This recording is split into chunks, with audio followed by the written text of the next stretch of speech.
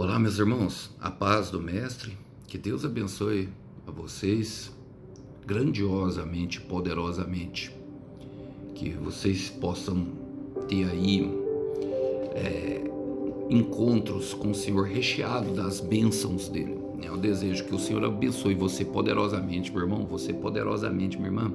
Vamos lá, vamos para mais uma breve conversa. Gostaria de agradecer novamente aos irmãos que estiveram presentes aí na live com a gente e também agradecer aos irmãos que têm curtido, comentado, compartilhado os vídeos. Eu tenho percebido que tem crescido e isso é bom, é para a glória do Rei, é para a glória de Jesus, irmãos. Eu sou apenas um simples mensageiro levando uma simples mensagem de redenção. As palavras são dele, tá?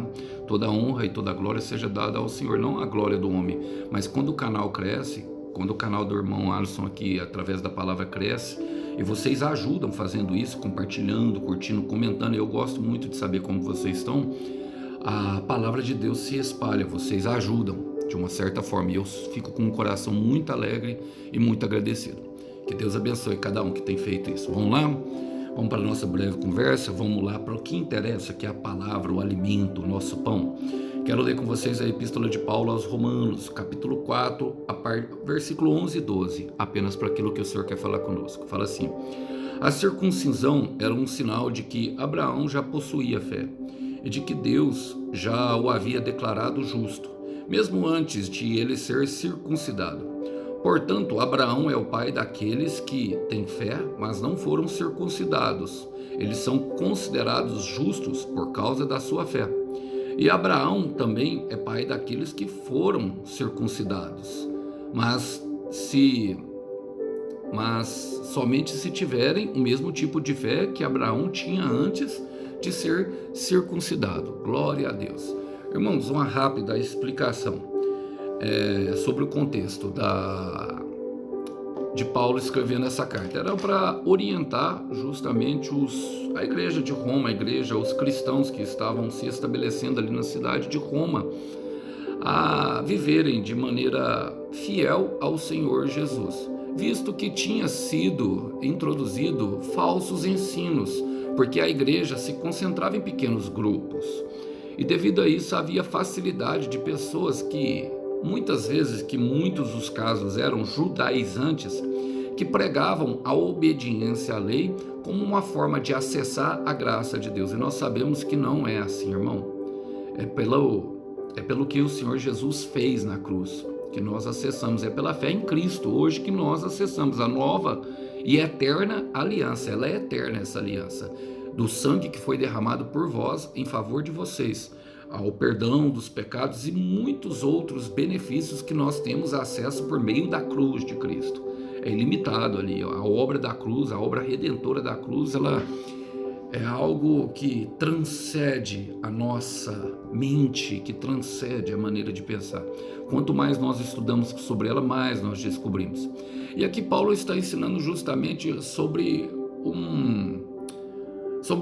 Abraão como exemplo de fé, e não Abraão como um exemplo de obediência à lei. Embora a obediência seja necessária, nós não devemos voltar ela para a lei, e sim para Jesus. Jesus é a solução dos nossos problemas, e essa é a tentativa aqui de estabelecer essa introdução para que nós venhamos fazer as aplicações pertinentes nesses versículos. Diz assim: a circuncisão era um sinal de que Abraão já possuía fé. E todos nós cremos em alguma coisa, não é verdade, irmão? Todos nós cremos em algo.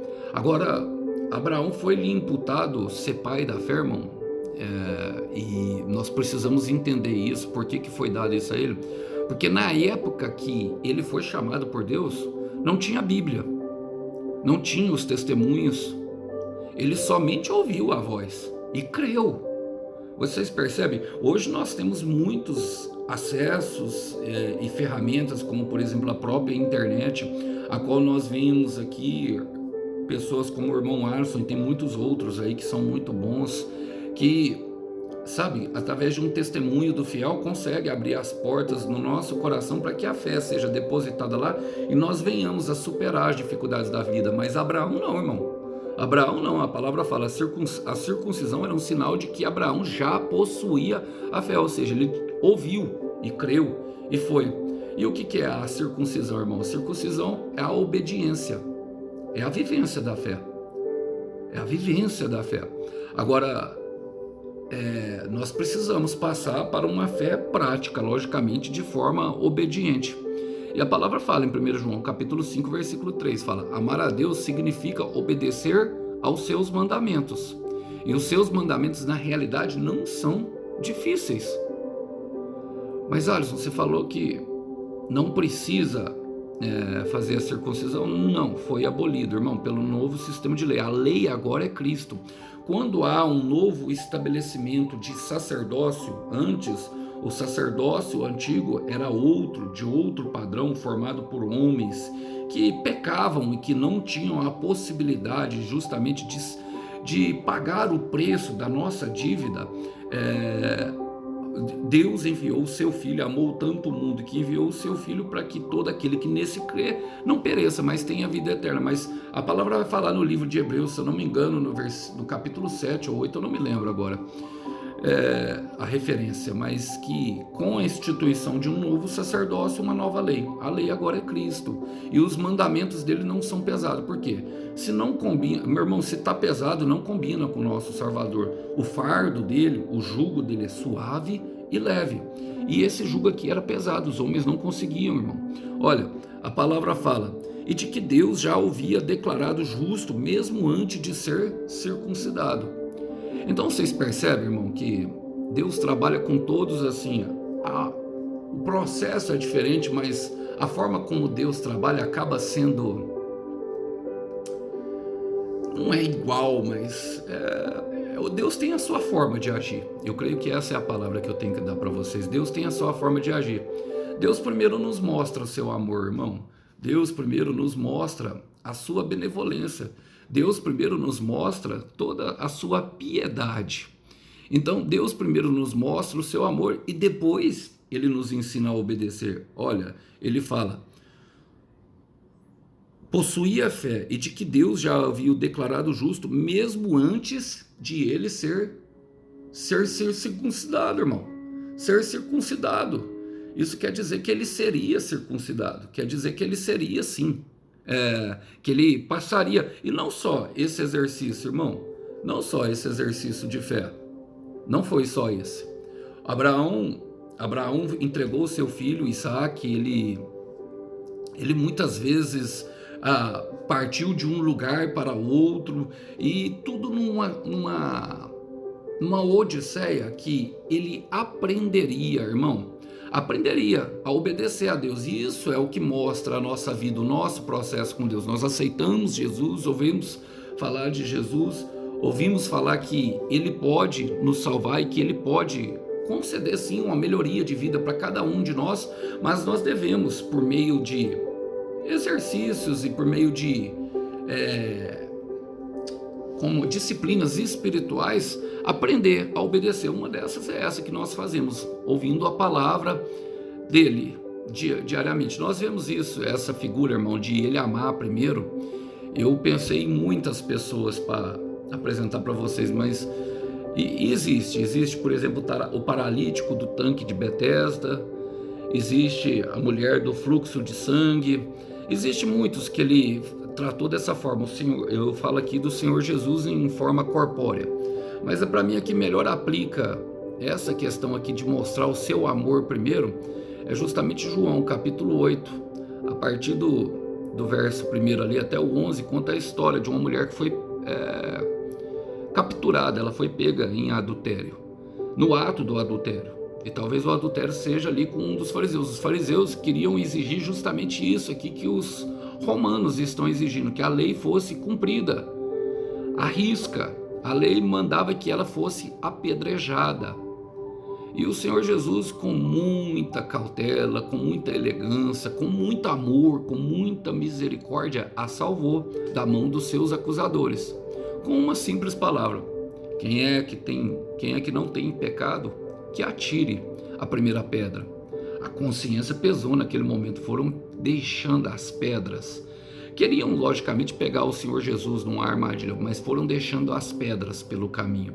E é isso que acontece em nossa vida, irmão. As pedras vão ficando ali, sabe? As pedras vão perdendo a força sobre nós, através do processo de disciplina para que nós venhamos a obedecer. E em João capítulo 8, no versículo 11, logo depois do Senhor Jesus perguntar para ela, aonde estão os seus acusadores, ela fala, eu não os vejo. E aí ela fala, olha, como que é? Ele fala assim, ó, mulher, onde estão os teus acusadores? Nenhum deles condenou você? Aí no versículo 11 ela fala, ninguém, Senhor, disse ela. E Jesus disse, eu também não a condeno. Vá embora e não peque mais. Olha, primeiro ele amou ela. Primeiro ele livrou ela da acusação. Primeiro ele livrou ela dos seus perseguidores. Primeiro ele livrou ela, colocando ela numa condição igual aos outros, até mesmo da sua própria vergonha. Mas depois ele disse uma palavra para ela, vai, não peque mais. Ou seja, aprenda a me obedecer. Aprenda a viver por mim. Aprenda a viver em propósito. É isso que o Senhor está falando. E muitas vezes é isso, irmão, ele nos ensina. Ele nos ensina, é através do Espírito Santo que ele nos capacita. A carta de Paulo é justamente uma carta que vem nos ensinar, a carta de Paulo aos Romanos, a nos ensinar a viver pelo Espírito. Olha, continuando a palavra fala, portanto, Abraão é o pai daqueles que têm fé, mas não foram circuncidados. Não foram circuncidados, irmãos. Por quê? A intenção de Deus é alcançar as pessoas pela promessa. Marcos 1,15, arrependei-vos e crede nas boas novas. De fato, o tempo prometido já chegou. A intenção de Deus é simples, irmão, é alcançar todos pela promessa. Deus quer alcançar, meu irmão, o seu coração e depois de você me ouvir, todos os que estão ao seu redor, por uma simples promessa que Ele fez. É a promessa que atrai o nosso olhar para Deus. É a promessa que é o combustível para nós navegarmos ou até mesmo andarmos em terrenos desconhecidos que antes nós não teríamos coragem de andar, simplesmente para ampliar e exercitar os dons que Ele já colocou dentro do nosso coração pela fé na promessa. Nós começamos a dar passos mais ousados, fazemos coisas que nós não fazíamos antes, percebemos que somos empoderados pelo Espírito Santo e capacitados a fazer coisas que nós não éramos, tudo pela promessa. A palavra diz que em Jesus Cristo está sim, o sim e o amém para todas quais forem e quantas forem as promessas dadas por Deus. O sim e o amém estão em Jesus Cristo. Agora a intenção de Deus é alcançar as pessoas pela promessa, por algo bom, pelo amor. Por quê? Porque a promessa, quando cumprida, irmão, ela gera esperança, confiança não somente em nós, em todos que estão à volta. Então, normalmente não, é uma forma dele agir também, ele separa um da família, da comunidade, do trabalho, ele alcança uma pessoa através da sua palavra, separa, treina essa pessoa em obediência, cumpre a sua promessa e quando ele cumpre a promessa, irmão, se espalha. É como uma semente plantada que floresce sem parar. A cruz de Cristo é uma semente. Então, ele aprende a obedecer. Então, a gente entende, irmão. Eu gosto de uma frase de Walter S. Chantry. Walter J. Chantry. Ele diz que sem cruz não tem como seguir a Cristo. Sem cruz não se segue a Cristo. Então, nós vamos aprender a obedecer, mas é através da promessa. É através da promessa. Cristo viveu a cruz, viveu a obediência, mas ele viveu também o trono, ele está assentado no trono. E ali nós temos essa simples e clara evidência de que tudo vai acontecer. Olha, eu gosto de Atos capítulo 2, versículo 39, porque na pregação de Pedro ele tem essa clara revelação ali passando para os israelitas que tinham crucificado Jesus Cristo, para que eles viessem a se unir a eles. E aí Pedro pregando ele fala, porque Cristo prometeu esse dom para cada um de vocês que tenham sido chamado pelo Senhor, o nosso Deus, para os filhos de vocês e para os que estão longe. Logicamente, Pedro está mencionando o Espírito Santo, mas primeiro, tem uma sequência. Primeiro, primeiro prometeu esse dom para vocês, ou seja, os que estão ouvindo a mensagem, os que ouvem e creem, e depois todos que têm sido chamados, e depois o Senhor promete para a nossa descendência, para aqueles que vêm após nós. E depois ele promete para os que estão longe, a um futuro distante. E aqui eu creio que envolve, irmão, muitas pessoas. Eu costumo falar que Deus não olha só para nós quando Ele nos chama. Ele olha justamente para a nossa vida, olha para a nossa família, depois olha para a nossa vizinhança, olha para toda a nossa comunidade, o bairro, olha para a nossa igreja, olha para a nossa cidade e olha para a nossa nação. Deus é grandioso, irmão. Quando Ele fala conosco, Ele fala de coisas grandes. Olha, e eu quero ir para o versículo 12, porque ele fala: e Abraão também é o pai daqueles que foram circuncidados. Primeiro ele fala dos que não foram circuncidados, agora ele está falando, e Abraão também é pai daqueles que foram circuncidados. O que Paulo está falando é que, para os romanos, que se alguém acredita, irmão, sabe, não tem problema, mas que não é preciso. Não é preciso, irmão. Tudo me é lícito, mas nem tudo me convém. Quer comais, quer bebais, façais para a glória de Deus. Não são as diferenças na forma de obedecer, meu irmão, que nos levam a Deus. Eu quero repetir, não são as diferenças na forma de obedecer que nos levam a Deus. A obediência só mostra que nós estamos dispostos a amar e a seguir os seus mandamentos, a seguir os seus estatutos. A obediência, ela é totalmente pertinente, sim. Deus abençoa quem obedece. Eu falei isso em outro vídeo, eu vou falar aqui. Deus abençoa, meu irmão. Eu vejo três motivos por qual Deus abençoa. Primeiro, Deus é abençoador, é o caráter dele. A palavra fala em Hebreus 11:6. Segundo, ele abençoa quem ele quer, ele decide, ele olha, separa um e é quem ele quer, é uma decisão dele. E terceiro, ele abençoa quem o obedece. A forma como encontra Deus, que nós vemos a bênção de Deus se derramada para uma pessoa, não depende de nós. A bênção é dele. Então, não são as diferenças, sabe? Não são as diferenças na forma de obedecer que nos levam a esse caminho a Deus. É justamente a fé em Jesus Cristo, irmão. E Paulo fala sobre isso para a igreja de Efésios. Tem 2 versículos que eu creio que é bastante pertinente, porque trazem bastante compreensão para nós. Por quê? Deus ama as diferenças, irmão. Pedro vai falar sobre a multiforme graça de Deus. Várias maneiras de servir a Deus. E como cada um tem uma promessa particular, irmão, o processo será diferente. Então haverá ali, sim, uma caracterização daquela que é a forma de servir a Deus. Agora nós não podemos traduzir a minha forma de servir a Deus, eu não posso traduzir ela como padrão para vocês, irmãos. Não posso. Olha, Paulo fala em Efésios 4, versículo 1, ele fala: eu lhe suplico, como prisioneiro que serve ao Senhor. Primeiro, ele está falando que serve como prisioneiro, que vivam e se comportem de maneira digna daqueles que foram escolhidos para receber bênçãos tão maravilhosas como essas. E agora, no versículo 3, e aí no versículo 2 eu nem vou ler, mas ele dá algumas características de quem serve a Cristo. No versículo 3 ele fala: procura de todas as formas conservar por meio da paz que une vocês a unidade que o Espírito dá. E é isso que eu vejo que há muita dificuldade, principalmente nas igrejas, irmãos. Por quê? Unidade é diferente de uniformidade. A unidade não quer dizer o pensamento errado aqui, quer dizer que eu não tenho que ter o mesmo pensamento, a mesma maneira de agir e a mesma forma de servir a Cristo que todos os outros têm. Uns foram chamados para diácono, outros foram chamados para presbítero, outros foram chamados para servir com seu comportamento dentro da fábrica.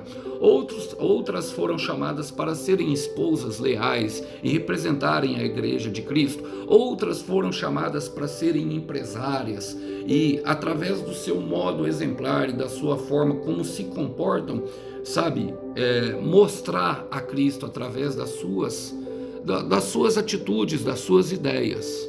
A unidade pelo Espírito, irmão, mantém todo mundo unido. Nós fomos chamados para viver unido, mas não em uniformidade, pensar de forma igual, e somente com o mesmo pensamento em Cristo, porque nós temos a mente de Cristo, é que nós chegamos a esse patamar.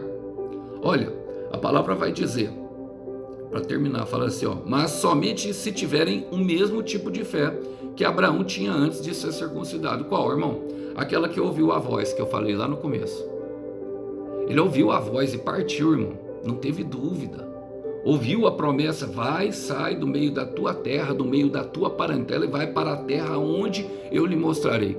Irmão, quantos de nós, sem Bíblia, sem pregação, sem profeta, sem o aparato, as ferramentas espirituais que nós temos hoje, que são muitas, nós iríamos obedecer? Então as promessas, irmão, elas são para quem tem fé em Deus. Eu quero repetir, as promessas, para viver promessas, é necessário ter fé em Deus. Tenham fé em Deus, não tenham medo, pequeno rebanho, não se perturbem o vosso coração, creiam em Jesus Cristo e creiam também em Deus. É necessário fé para viver promessas. E eu quero terminar com João 11:40, que diz que se nós crermos, nós veremos a glória de Deus. Depois desse processo, depois da tua obediência, depois de aprender a obedecer, tem milagre sim. Que Deus abençoe os irmãos, que os irmãos possam ficar com essa breve palavra. A paz do Senhor esteja com todos. Até uma próxima. Tchau, tchau.